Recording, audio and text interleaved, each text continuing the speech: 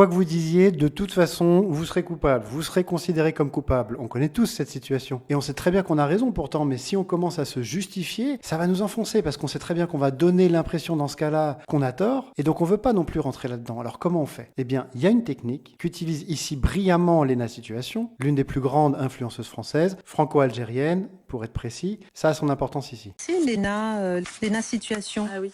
4,8 millions d'abonnés sur Instagram. Certains dénoncent voilà, qu'en 2024, elle était en décolleté, et puis aujourd'hui au Festival de Cannes, et que maintenant, elle est habillée un peu à la mode des frères musulmans, si vous permettez l'expression. Elle joue un peu, de temps en temps, le petit côté sexy, de l'autre, le petit côté djellaba. Le petit côté sexy, le petit côté djellaba, djellaba. ouais, non, ça m'est vraiment passé en travers de la gorge. Pas parce que c'était une attaque personnelle, mais c'est vraiment là une attaque sur absolument toutes les femmes, Non. toutes les femmes musulmanes Voilà. en France. Enfin, pour donner un peu de contexte, je portais juste une robe ample. La Ce n'était première pas fois que une vous allez à djellaba. Cannes, vous portez une robe Vivienne Westwood. Voilà, je portais un petit body sexy la première fois que j'allais à Cannes. Quelle fut ma surprise de me rendre compte que c'était pas possible sur Internet de mettre ce type de robe avec mon corps. Ok, bah l'année d'après, j'arrive avec une robe ample. Qu'est-ce qu'on va pouvoir me dire?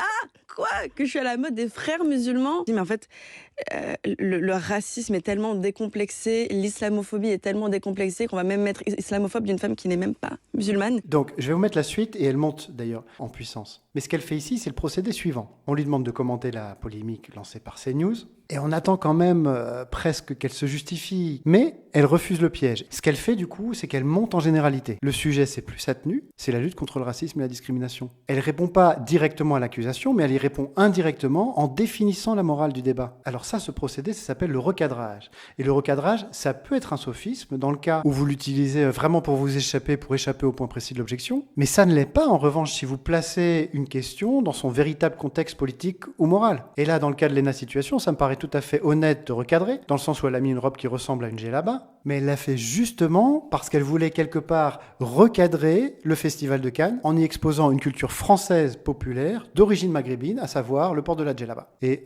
soit dit en passant, dire que porter une djellaba, c'est être à la mode des frères musulmans, c'est un peu comme dire à quelqu'un en survêtement qu'il est à la mode des hooligans. Et ensuite, Léna Situation monte en puissance. Je me dis juste, moi je suis hyper exposée, donc j'ai la chance après d'avoir plein de messages d'amour. Mais toutes les femmes musulmanes qui vivent ces micro-agressions toute la journée, bah elles l'ont pas. Et je me dis, bah en fait je peux pas me taire et je peux pas faire comme si de rien n'était. Donc là, elle est vraiment dans un recadrage en surplomb. Ma position privilégiée, parce que j'ai une voix qui porte, m'oblige moralement à porter la voix de ces femmes musulmanes qui sont victimes de racisme, qui sont discriminées, etc. Donc vous pouvez me regarder si vous le souhaitez en vous abonnant. Je suis Patrice Darras et à bientôt.